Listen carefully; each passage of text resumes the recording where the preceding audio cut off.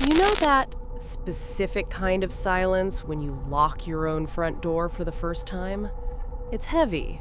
It rings in your ears. Most people probably find it lonely, but for me, standing in the middle of this dusty, overpriced studio apartment, it sounded like victory. Honestly, the place wasn't much. It was barely 35 square meters, tucked away on the fourth floor of an old brick building downtown that smelled faintly of boiled cabbage and floor wax. But the rent was coming out of my bank account, earned from my soul-sucking junior copywriter job, and the lease had my signature on it. I did a spin in the center of the living room, which was also the bedroom and the kitchen, holding a box of instant noodles. "I did it," I whispered to the peeling paint. I'm weird about safety. I know that. My friends make fun of me because I treat moving in like a tactical operation. Before I even unpacked a single box, I checked the window latches. I replaced the screws and the strike plate of the front door with longer ones, 7 centimeters, steel, drilled right into the stud. I learned that from episode 42 of The Red-Handed Killer. See, I'm a true crime junkie. I consume that stuff like candy. While other girls listen to pop music on their commute, I'm listening to autopsies and interrogation tapes. It makes me feel prepared. I like to think I know how the world works, how the bad guys think. I tell myself that if I know all the ways someone can get in, I can keep them out. I set my laptop on a stack of books, I didn't have a table yet, and looked around. The apartment had one feature that sold me on it immediately: a walk-in wardrobe. It was weirdly large for such a small flat, a deep, dark alcove right next to where I put my mattress. I stared at the wardrobe door. It was slightly ajar, just a crack. "Closed," I said firmly, walking over and pushing it until it clicked shut. I needed everything to be exactly where I put it. That was the rule here. My space, my control. No surprises. You're probably wondering why I'm so intense about the locks. It's not because I'm afraid of the dark. It's because I spent 22 years living in a glass house. Not literally, but it felt like it. My parents, look, they aren't bad people. They love me. They love me so much, it feels like a hand around my throat. I was the only child, the miracle baby, the fragile little doll. Growing up, there were no secrets. Not allowed. My mom had a tracker on my phone until the day I moved out. If I turned it off, she'd be at my school or my job within 20 minutes, just checking in. When I was 16, I locked my bedroom door because I was crying over a breakup and just wanted to be ugly in peace. My dad took the door off the hinges. He left it off for 6 months. He said, "We don't need barriers in this family, Audrey. We need to keep you safe." Safe. I hate that word. That's why I'm hyper-independent now. It's why I didn't ask them for help with the deposit or the moving van. If I ask for help, I admit that I can't do it. If I admit I can't do it, they win. They get to swoop in, pack my bags, and drag me back to the suburbs where they can watch me breathe. The thought of going back makes me physically sick. I'd rather starve in the city than go back to that suffocating love. I need to prove that I am an adult, that I am capable, and that I can survive without them hovering over my shoulder. So, when weird things started happening in the apartment, I didn't call them. It started small. I'd come home from work and the air would feel different, displaced. I'd find a coffee mug moved 2 centimeters to the left. I'd find the bathroom light on when I knew I turned it off. I told myself I was just tired. I told myself it was the settling of an old building. I turned up the volume on my true crime podcasts to drown out the creaking floorboards. I couldn't tell anyone I was scared. If I told my mom, she'd be here with a moving truck before I hung up the phone. She'd give me that look, the "I told you you weren't ready" look. I wasn't going to give her the satisfaction. But last night, I woke up at 3 a.m. The apartment was dead silent. I rolled over in bed facing that massive walk-in wardrobe. The door was open again, and this time, I could smell something. Not boiled cabbage, not floor wax. It smelled like Old Spice and stale sweat. I lay there, frozen, my heart hammering against my ribs like a trapped bird. I remembered every episode I'd ever listened to. Don't move, don't breathe. Pretend you're asleep. Because the smell wasn't coming from the hallway.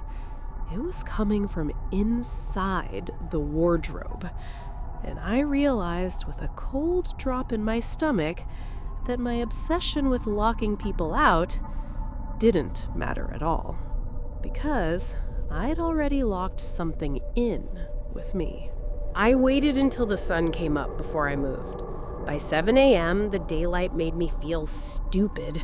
That's the thing about horror movies. They never show you the next morning when you have to get up, brush your teeth, and go to work like you didn't just spend 4 hours paralyzed by the smell of cheap deodorant. I grabbed a kitchen knife, the big chef's one I'd barely used, and kicked the wardrobe door open. Empty. Of course it was empty. Just my few dresses hanging there, looking sad and limp.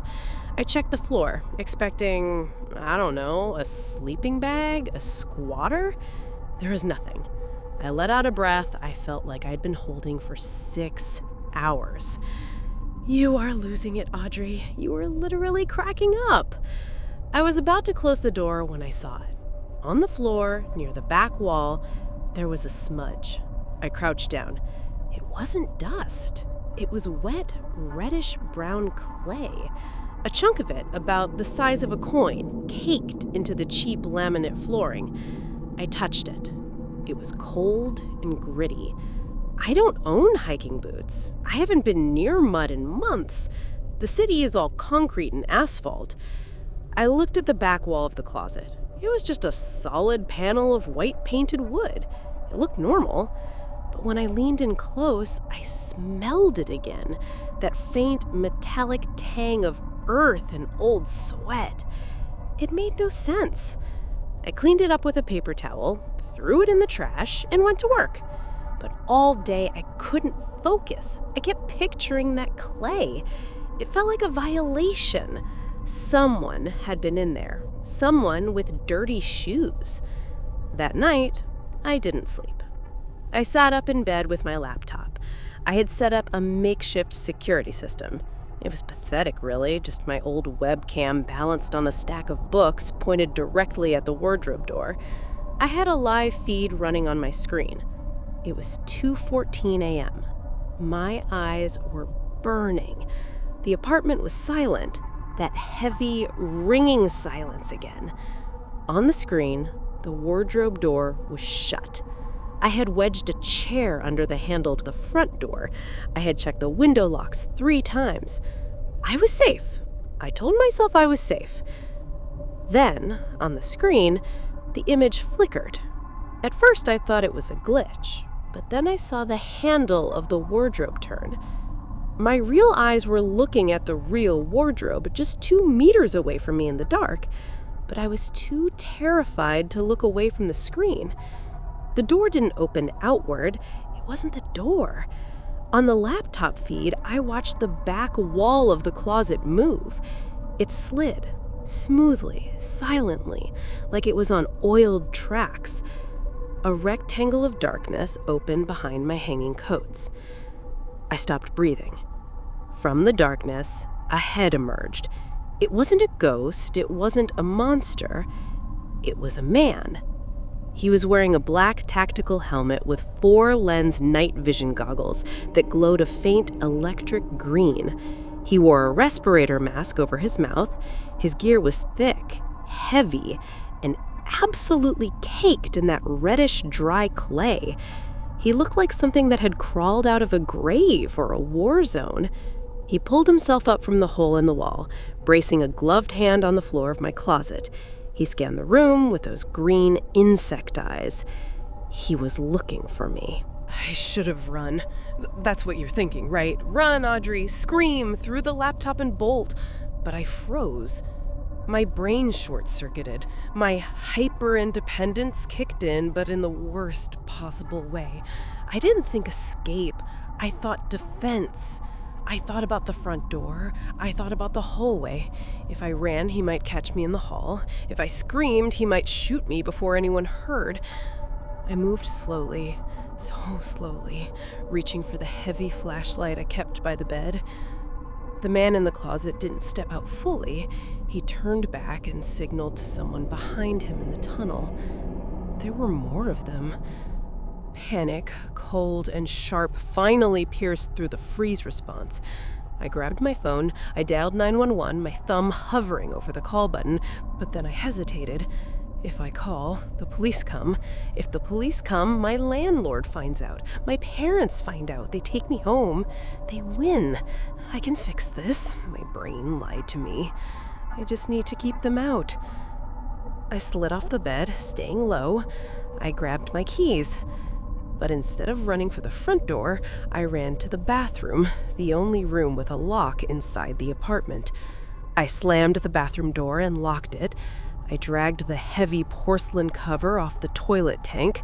God, it was heavy, and propped it against the door. I turned on the shower to mask the sound of my sobbing. I sat in the empty bathtub, clutching my phone, staring at the door. I waited. 10 minutes. 20. Then I heard it. Not a bang, not a shout, just a soft, rhythmic thud, thud, thud of heavy boots walking across the living room floor. They weren't looting, they weren't rushing, they were walking with purpose.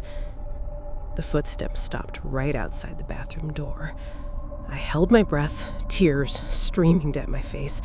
I gripped the ceramic toilet lid like a shield. A voice, muffled by a gas mask, spoke from the other side. It sounded synthetic, distorted. "Transit route obstructed," the voice said. It was flat, professional. "Clear the obstruction." And then I heard the sound of a drill. I realized then, as the drill bit whined against the wood of the bathroom door, but I had made a terrible mistake. I had spent so much time fortifying the outside of my life, trying to keep the world out, that I hadn't noticed the rot was coming from the inside. I hadn't locked them out. I had locked myself in a box, and now they were opening it. The drilling stopped. The silence that followed was worse than the noise. Then came the sound of the wooden frame around the lock splintering, a slow, sickening crack. The door burst inward, sending the porcelain toilet lid crashing to the floor. It was the first man, the one from the closet. He didn't rush me, he just stood in the doorway, blocking my only exit. He was huge, his body encased in that thick, clay-caked tactical gear. His goggles were still glowing, 2 twin dots of poisonous green. I saw my chance, my one shot. I launched myself off the tub rim and dove past him, aiming for the front door, the real exit, the one I had secured. "Get out!" I screamed, finally, the sound raw and weak. I slammed into the living room floor and scrambled towards the front door. Keys. I needed the keys. They were still clutched in my hand. I reached the door, kicking the chair aside. I jammed the key into the first deadbolt. Click. I rotated to the second deadbolt. My fingers were slick with sweat. I fumbled it. I dropped the keys. They landed with a deafening metallic clatter on the laminate floor. I looked up. There were 3 of them now. 2 were standing by the wardrobe, holding large, bulky canvas bags. They weren't even looking at me. They were just waiting for the way to be clear. I was just an inconvenience. The first man was right behind me. I tried to dive for the keys, but a heavy, gloved hand clamped down on the back of my neck. It was cold, rough, and impersonal. This wasn't passion. This wasn't rage. This was a removal. The violation was total. The one place I was safe, the space I had fought for, the freedom I had earned. It was being erased by a few pounds of dried earth and rubber. I fought, I clawed, but I might as well have been fighting a bulldozer. My independence was nothing against their brute professional force. I was dragged backward, across the floor I had just paid to rent, past the bed I had made myself, toward the massive open maw of the walk-in wardrobe. As they hauled me over the threshold, I saw the tunnel fully. It was just black earth, damp and cold, a raw, round hole plunging straight down into the historical guts of the building. The air that rushed up was wet, smelling strongly of sulfur and stale tobacco.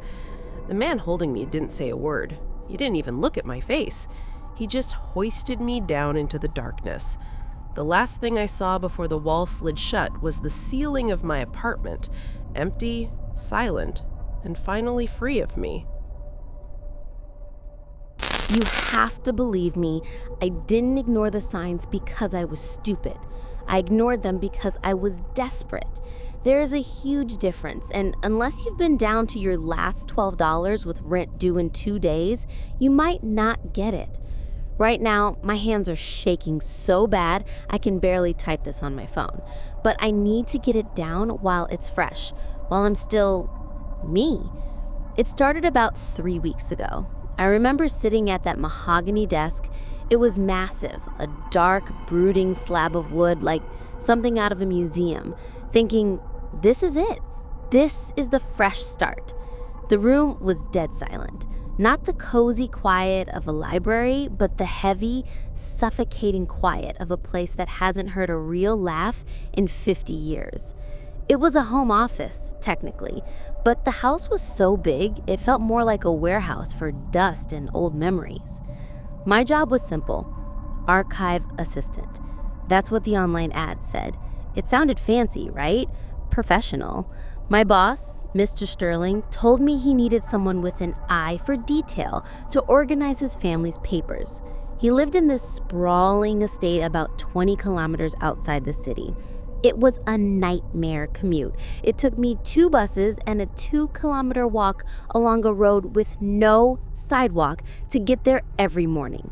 My shoes were always dusty by the time I arrived, but I didn't care. I was just happy to have a key card again. I was happy to have a purpose.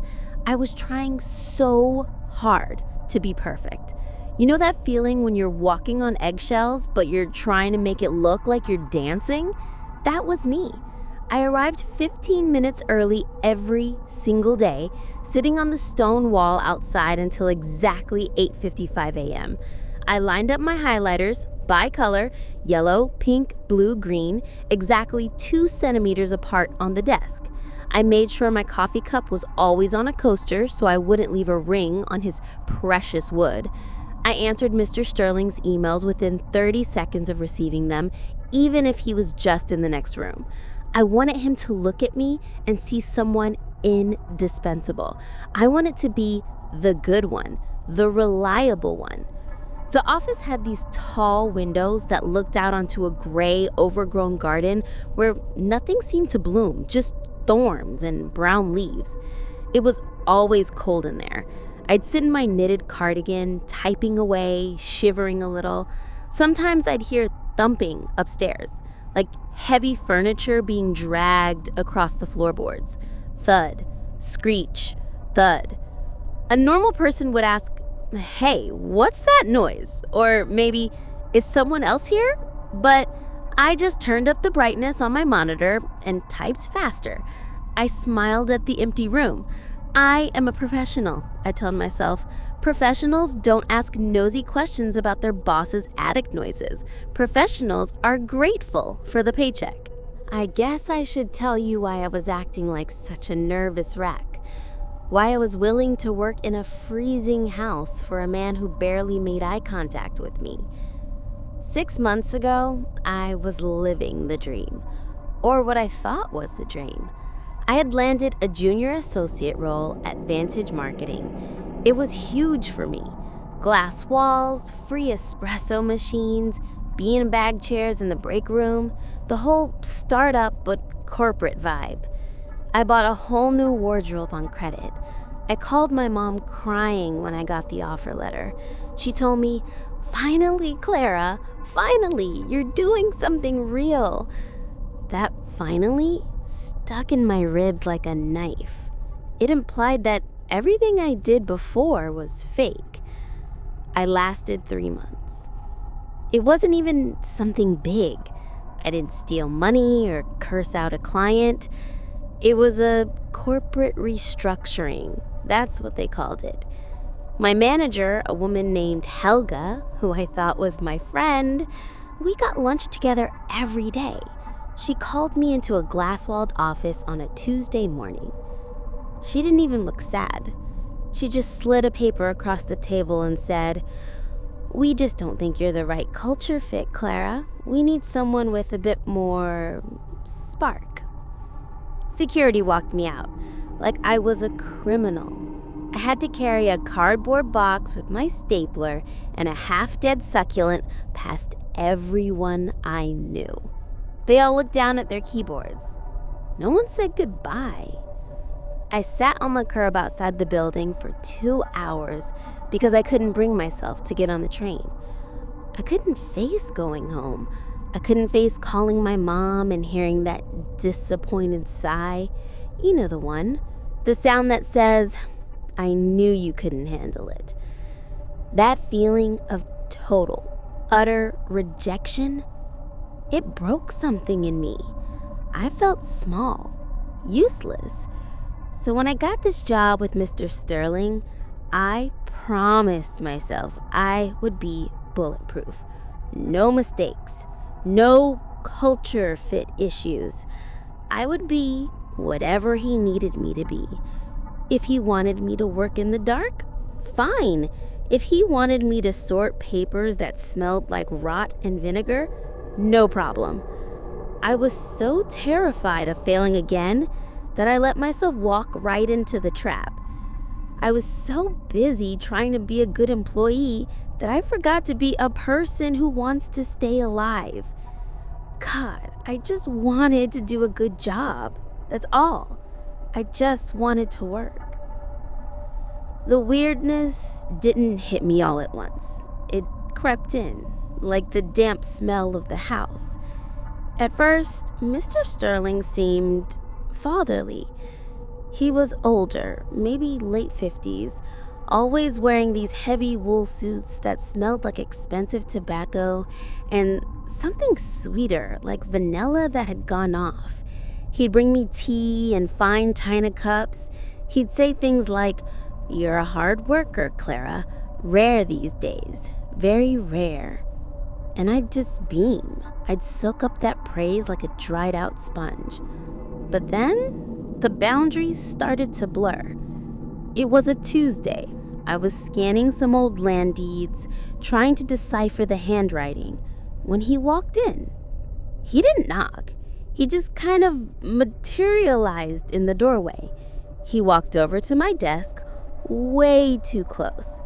I could smell that stale cologne. It made my stomach turn a little, but I kept my professional face on. "It's drafty in here, isn't it, Clara?" he asked. His voice was soft, almost oily. "I'm fine, Mr. Sterling. Really," I said, reaching for my sweater. "Nonsense. We can't have you catching a chill." He walked over to the heavy oak door, the only way out of the office, and closed it. Then, very deliberately, he turned the brass key in the lock. Click. The sound was so loud in the quiet room, my heart did this funny stutter. "Just to keep the warmth in," he said, slipping the key into his vest pocket. He smiled, but his eyes, they were flat, heavy, like he was watching a fish in a bowl. "Oh, okay. Thank you," I stammered. I told myself it was normal. Old houses have bad insulation. He was being considerate. But for the rest of the day, Every time I needed to use the bathroom, I had to ask him to unlock the door. And every time I asked, he'd take just a few seconds too long to find the key, watching me squirm, watching me wait for his permission to move. And the worst part? I thanked him every time. 3 days later, I found the drawer. Mr. Sterling had gone into the city for a meeting, a rare occurrence. He left me a list of tasks that was a mile long, probably to make sure I didn't have time to think. One of the tasks was to reorganize the bottom file cabinet, the one stuck in the shadowy corner behind the massive bookshelf. I was on my knees, pulling out dusty folders, my allergies going haywire. The cabinet was jammed. I yanked on the bottom drawer, bracing my foot against the wood, and it suddenly flew open with a screech of rusted metal. It wasn't full of papers. It was full of stuff. Personal stuff. There was a pink hairbrush with strands of blonde hair still caught in the bristles, a keychain with a little plastic panda on it, a tube of lipstick worn down to the nub, a pair of reading glasses with the correct lens. It looked like the contents of a purse dumped out. But it wasn't just one purse. The styles were all different. The lipstick looked like something from the 90s. The glasses looked modern. I reached in and picked up a small, spiral-bound notebook. It was cheap, the kind you buy at a drugstore. I opened it. The handwriting was bubbly, looped. Day 1, Mr. S seems nice. The house is creepy, LOL, but the pay is amazing. Maybe I can finally save up for that trip to Italy. I turned the page. Day 4. He keeps standing behind me. I can hear him breathing. I turned another page. My fingers were cold. Day 10. The door's locked again. I don't like the way he looks at my hands. I want to go home. The entries stopped there. I dropped the notebook like it was burning me. I looked at the pile of lost things. The panda keychain seemed to be staring up at me. These weren't lost items. They were trophies. Suddenly, the air in the room felt heavy, thick. I heard a floorboard creak. Not upstairs, not outside. Right behind me. I froze. I hadn't heard the front door open. I hadn't heard the car. Finding everything in order, Clara? His voice was right at my ear. I could smell the tobacco. I could smell the stale vanilla. He was so close, I could feel the heat radiating off his suit. I hadn't even heard him breathe. I didn't scream. I wanted to, but the fear of losing my job, that pathetic, ingrained reflex, made me swallow it. I stood up, dusting off my knees, forcing a smile that felt like it was going to crack my face open. Yes, just organizing. Very thorough. I went home that night and I threw up. I knew I couldn't go back. I knew it. But then I looked at my bank account. I looked at the eviction notice I'd hidden under a magnet on my fridge. Just one more week, I lied to myself. I'll find something else and then I'll leave. Miraculously, 2 days later, I got a call back. An old application for a receptionist gig at a dentist office. It paid less, but it was safe. It was public. I accepted it on the spot. I felt lighter, free. I walked into Mr. Sterling's office that afternoon with my resignation letter, typed out, crisp and clean. "Mr. Sterling," I said, my voice only shaking a little. I have to give my notice. I found another opportunity." He didn't look up from his desk. He just kept writing with his fountain pen. Scratch, scratch, scratch. No, he said. Excuse me? I said no. He finally looked up. The fatherly mask was gone. His face was hard, cold like the stone gargoyles on the roof. You signed a contract, Clara. Did you read Clause 14B? I skimmed it. He opened a drawer and pulled out my contract. He pointed a thick, pale finger at a paragraph of tiny text. In the event of termination prior to project completion, the employee agrees to pay a liquidation fee of $15,000 to cover recruitment and administrative losses. 15,000? I whispered. I felt the blood drain out of my legs. I didn't have 1,500, let alone 15,000. That amount of money might as well have been $1 billion to me. You can leave, he said, leaning back in his chair, that flat smile returning, as soon as you cut me a check. Or you can finish the archive. I have a new batch of files coming in tonight. Very sensitive, very urgent. Tonight? If you finish them by morning, I'll waive the fee. I'll even give you a severance bonus. He stood up and walked around the desk. He stopped between me and the door. He was holding the key. It's just one night, Clara. You're a professional, aren't you? I looked at the window. The sun was setting, casting long black shadows across the garden. The bus had already left.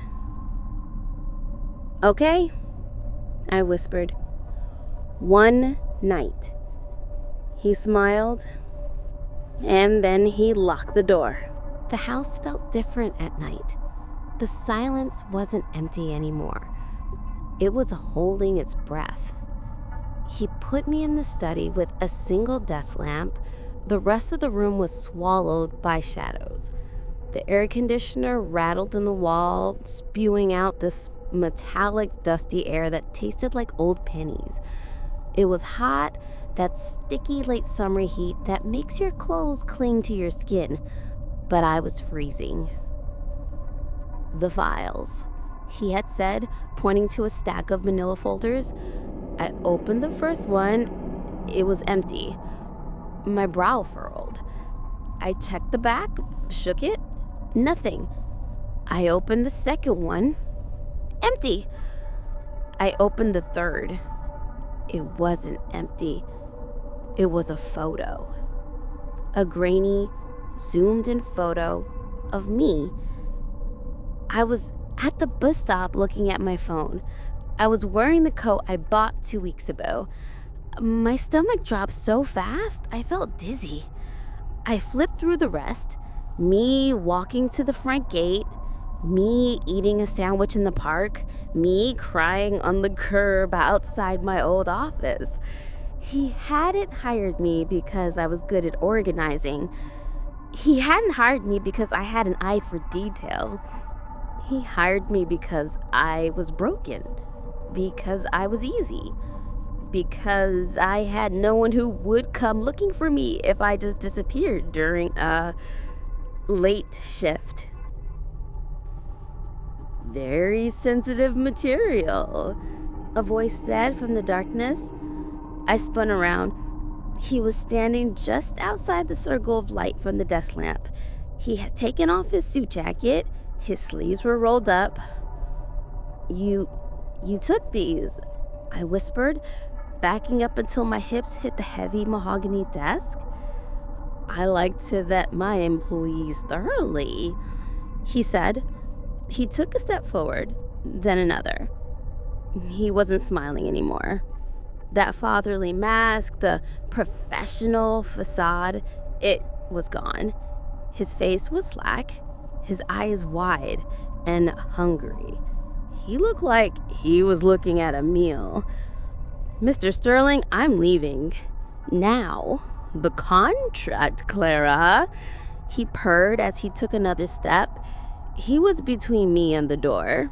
You haven't finished the work? I don't care, I shouted, but my voice sounded thin, pathetic. But you do, he said. He reached out and clicked off the wall switch. The room plunged into darkness, save for the small yellow pool of light from my desk lamp. You care so much about being good, about being kept.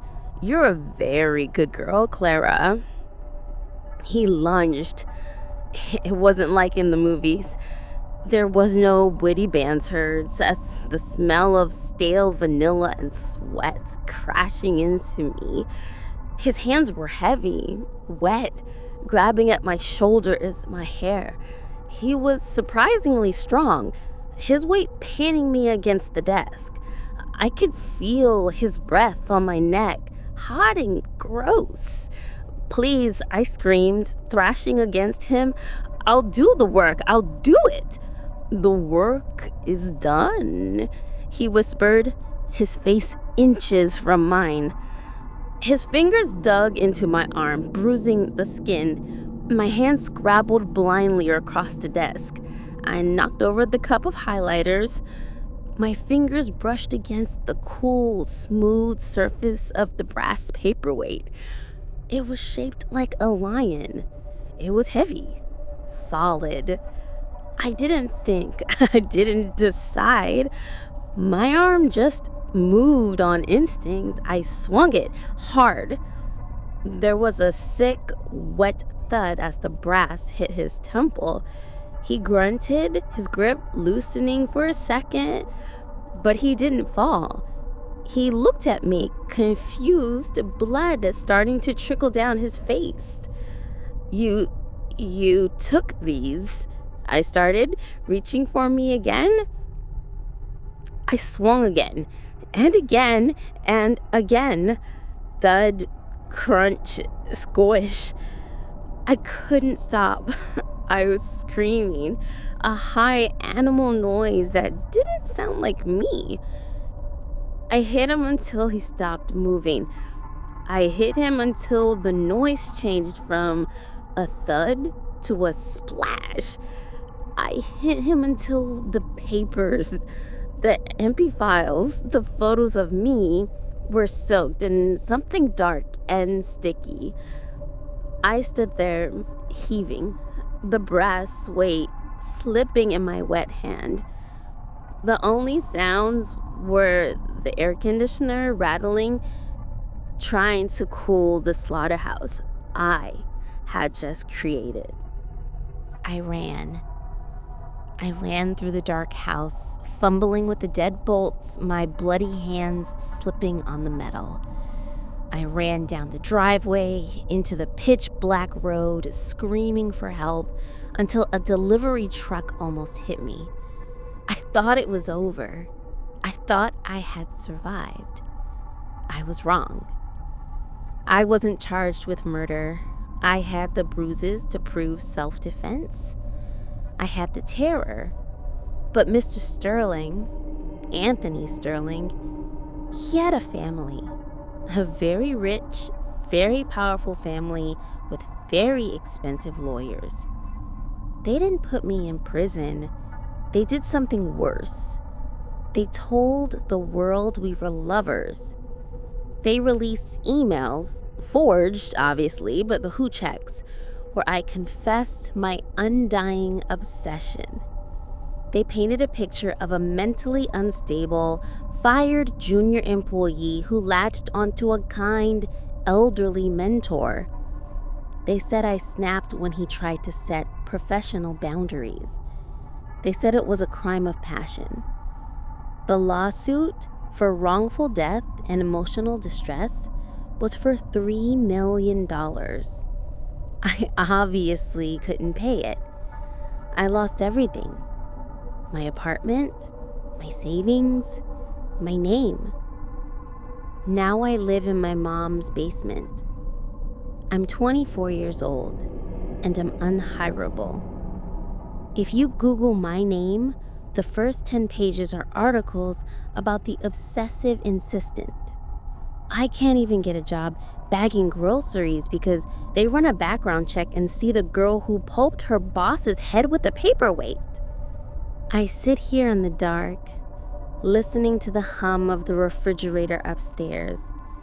It sounds a bit like the air conditioner in his office. I spend my days looking at job boards, but I never apply. I can't. I'm too scared. Not of the rejection. I'm scared of the acceptance. I'm scared of what happens when the door closes and the nice boss smiles. I wasn't crazy. I wasn't obsessed. I just wanted to do a good job. I just wanted to work. I know this is gonna sound crazy. Trust me, I know. But you have to believe me. Someone has to. It all started 3 weeks ago. The day I moved into apartment 7B. It's fine, I guess. Beige carpets that smell like stale air and someone else's cheap fabric softener. The walls are so thin I can hear my neighbor's bad Netflix choices. A lot of reality TV and explosions that shake my floorboards. The radiator clangs like a warning bell every few hours, startling me out of my thoughts. But it was anonymous. More importantly, it was mine. I just finalized the divorce from Pollock. 6 years of my life just gone. Dissolved like sugar in hot tea. I'm a freelance graphic designer. All I need is my laptop, a strong Wi-Fi signal, and enough coffee to kill a horse. So I took my 2 suitcases, my computer, and found the first decent one-bedroom I could afford in a part of the city he'd never even think to look. It's a neighborhood of faded brick and peeling paint. Places where people mind their own business and don't ask why a woman is moving in alone with almost no furniture. My entire plan was just to be boring, be invisible, rebuild. I was actually excited about it in a small, quiet way. For the first time in forever, I was in charge of the thermostat. I could eat cereal for dinner without someone casually commenting on my nutritional choices or my weight. But the first thing I bought, before a new sofa, before even hanging a picture, was the security system. You have to understand why. Pollock, he wasn't a hitter. He was better than that. He was the kind of guy who'd move my car keys from the hook and then spend an hour helping me find them in the freezer, all while sighing about how forgetful I was getting. He'd swear we had a conversation that never ever happened, or calmly deny saying something I had written down in a text message right in front of us. You're just being paranoid, Kenna. You're imagining things again. You're so emotional all the time. You can't even remember things right. For 6 years, he chipped away at my reality until I didn't trust my own brain. I was the crazy one, the unreliable one, the one who cried wolf when there was no wolf. I spent half a decade feeling like the floor was constantly tilting under my feet. So this new security system, it wasn't just to keep him out. I honestly don't think he even knows where I am. This system was for me. It had sensors on the door, the windows, and a little wide-angle camera pointed at the living room. It was my objective witness, my proof. If a door opened, a log would tell me. If something moved, the footage would be right there on my phone. For the first time, I'd have a record. I'd be able to look at my phone and say, see, I'm not crazy. I did lock that door. I did turn off the lights. That was the plan, anyway. The system was supposed to give me peace of mind. It was supposed to be my proof that the walls were solid and my mind was safe. Then last night, I checked the footage. And now I'm not sure if this system is here to protect me or if it's here to show me just how wrong I was about ever being free. For the first week, it was perfect. I mean, as perfect as beige carpets and clanging radiators can be. I was working, taking walks, sleeping through the night for the first time in years without waking up in a cold sweat. I even bought a plant, a ridiculous leafy fern I named Frank because he looked like a grumpy old man with bad hair. I'd check the security app maybe once a day. I'd tap the live button, see my empty living room, see Frank, the fern, in the corner, and I'd get this little jolt of relief. See? All quiet, all safe.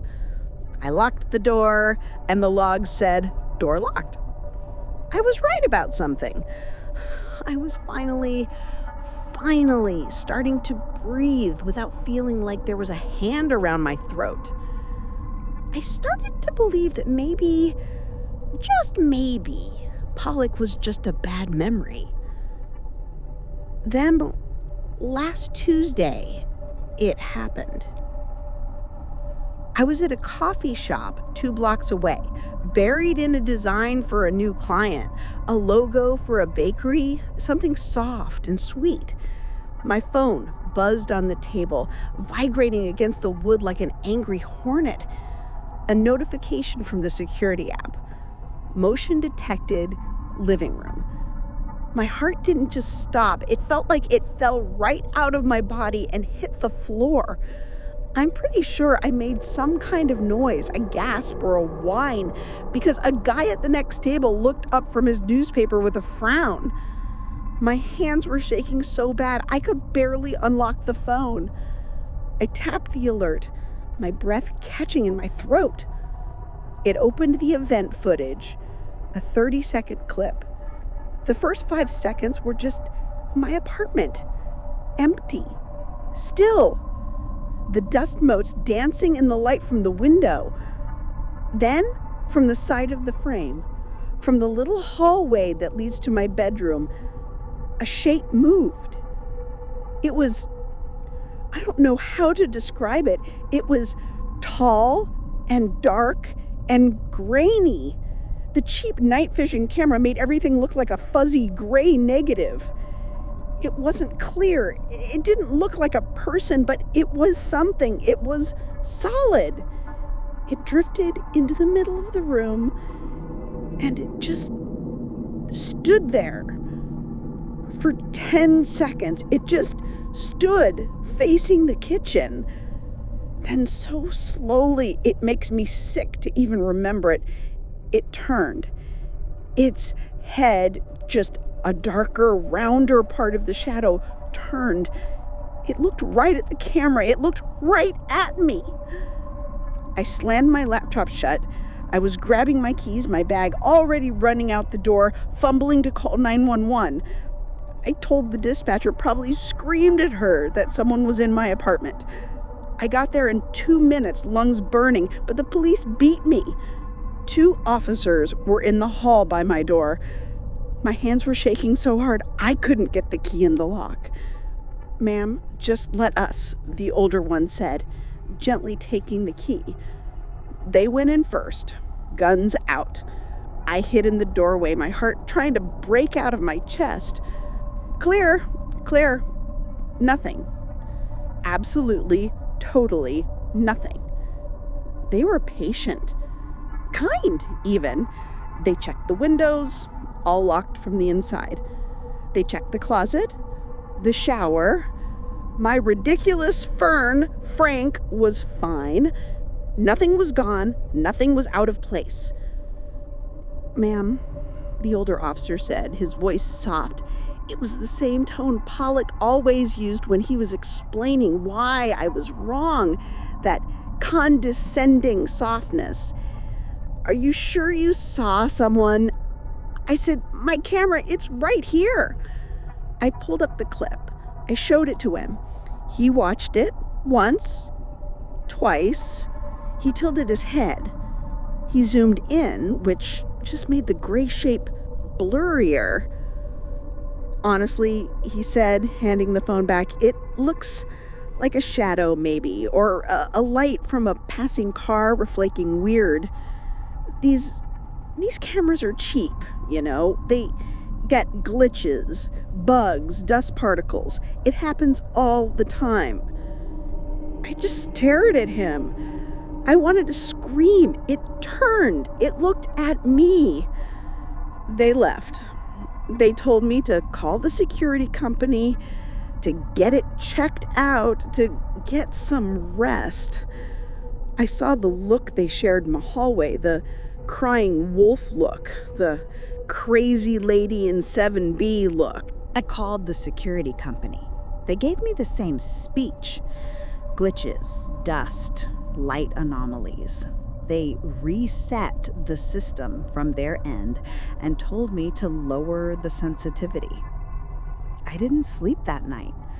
I sat on my sofa with the lights on, watching the live feed on my phone, staring at the exact spot the shadow thing stood. Every creak of the floorboards made me jump. And 2 nights later, it happened again. Another alert.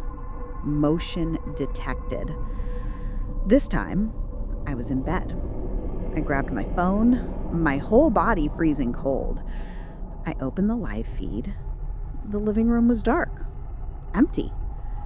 I watched, holding my breath, for a full minute. Nothing. Just a glitch, I told myself. A dust particle. A shadow. Then in the far corner, by the fern, the darkness just thickened. It wasn't there, and then it was. It didn't walk in. It just faded into view. It stood there, perfectly still, a tall, man-shaped hole in the grainy gray. I was watching it, and I knew with a kind of cold, sinking dread that was worse than panic that it was watching me. I knew it was Pollock. I knew he had hacked it, and I knew no one would ever believe me. My objective witness was on his side. I should have thrown the camera out the window. I should have moved. I should have done anything. But I didn't. What could I do? Call the police and show them the glitch they'd already dismissed? Tell them a shadow was watching me? So for the next 2 weeks, he trained me. I didn't know it was training, of course. I thought it was a glitchy system slowly driving me insane. It started happening every night, sometimes once, sometimes 3, 4 times. Motion detected. I'd bolt upright in bed, my heart hammering against my ribs. I grabbed the phone, and there it would be. The same grainy, man-shaped shadow. Sometimes by the fern, sometimes by the kitchen. Sometimes, and this was the worst, it would just stand in the hallway, right outside my bedroom door, an indistinct patch of gray, waiting. After the first week, I stopped grabbing the phone. I'd just hear the beep of the alert, and I'd pull the pillow over my head, my stomach in knots, and just wait. I'd wait for the all clear notification that never came, because the thing would just stand there for an hour, unmoving, before fading away. I was exhausted. I was wrecked. I was starting to miss deadlines. I looked haunted. Dark circles, shaking hands, and I was angry. I was so angry at the stupid broken system, at Pollock for making me this jumpy, paranoid person, at myself for being so weak that a few bad dreams and a buggy camera could break me. Then last night, the rain. It wasn't just rain, it was a storm lashing against my windows so hard it sounded like pebbles being thrown by an angry giant. The wind was howling, rattling the frames. The perfect night to be invisible. At 2:17 a.m., the first alert. Beep. I checked. Shadow by the fern. I rolled my eyes and silenced the notification. At 3:40 a.m., the second alert. Beep. This time, it was in the kitchen. I let out an angry sigh. "Leave me alone," I whispered to the empty room, my voice raspy with sleep and frustration. At 3:15 a.m., the third alert. Beep. I grabbed the phone and I was going to scream. I was going to call the company in the morning and rip them to shreds. I was going to throw this whole useless thing in the trash. I opened the app. There it was. The same static-filled shape, standing right in the middle of the living room. And I just snapped. "No," I said out loud. My voice sounded surprisingly steady in the dark room. "I'm not playing. I'm not crazy. You're just a glitch." I hit the disarm button on the app. I turned the motion alerts off completely. I powered my phone down. Done. No more. I was taking control back. I was going to sleep. I remember I felt triumphant. I'd faced the wolf, the thing that was tormenting me, and I'd called it a bluff. It was just a shadow. It was just a glitch. I rolled over, my back to the door, pulling the duvet up to my chin. I closed my eyes, listening to the rain lash against the glass, feeling the warmth of the bed. That's when I heard it. Over the sound of the storm, I heard a drip. I froze. The roof is leaking, I thought. The window's open. Then another drip. Closer. It wasn't a leak. It was wet.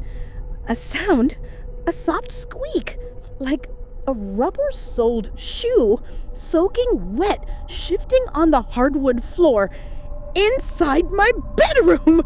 My heart, I can't even describe it. It wasn't panic. It was cold. Just a solid, cold block of ice in my chest. I couldn't move. I couldn't breathe. I was completely, totally paralyzed. I kept my eyes squeezed shut so tight that stars exploded behind my eyelids. I'm dreaming. It's the rain. It's the radiator. I'm just paranoid. I'm just imagining things again. Pulling's in my head. A full minute of silence passed. Just the rain pounding against the world outside. Then a voice. A calm, familiar, terribly soft voice right next to my bed. "Hello, Kenna." I didn't scream. I think I forgot how. My throat just closed up. I opened my eyes. He was there. Plank. He was standing right next to me at the side of my bed, dripping wet from the rain. His hair was plastered to his forehead. He was wearing a dark rain jacket, but water pooling around his feet on the floor. He was smiling, that sane, patient, disappointed smile he used when I forgot to buy milk or folded the laundry wrong. You're not a... I tried to say, my voice a breathless croak. "I'm not what?" he said. He reached out and so slowly tucked a piece of hair behind my ear. His hand was freezing cold, wet, real. "I'm not a glitch. I'm not the shadow." He leaned in, his voice a whisper that cut through the storm. "It took a while, didn't it? I had to be so patient. You just wouldn't stop watching." I finally understood. The glitch, the shadow, the training. He wasn't hacking the camera. He was letting it see him. He was conditioning me. He was waiting for the one night I'd finally get so frustrated I'd ignore the warning. The one night I'd ignore the wolf so the real one could finally come inside. My fortress, my objective witness. It was all a toy box. He'd never lost the key. He probably had a copy made the day I moved in. He knew where I was the whole time. My phone was off. The system was disarmed. The neighbors couldn't hear me over the storm, and even if they could, they just turn up their TV. He sat on the edge of the bed. The mattress dipped under his weight. It was the most terrifying feeling in the world, that shift in gravity. "See?" he whispered, his face close to mine. I could smell the rain on him, and something else. Cologne. The expensive kind he always wore. I told you, you really can trust your own judgment. And that's the last thing I see. His eyes, dark, calm, and utterly victorious. That's the last thing I know. Look, I know this sounds crazy. Trust me, I know. I'm sitting here telling you this, and even I don't want to believe it. But you have to believe me. Someone has to. Because if you don't, if you think I'm just the crazy lady from apartment 7B, then he wins. And I can't let him win again. Please, you have to believe me.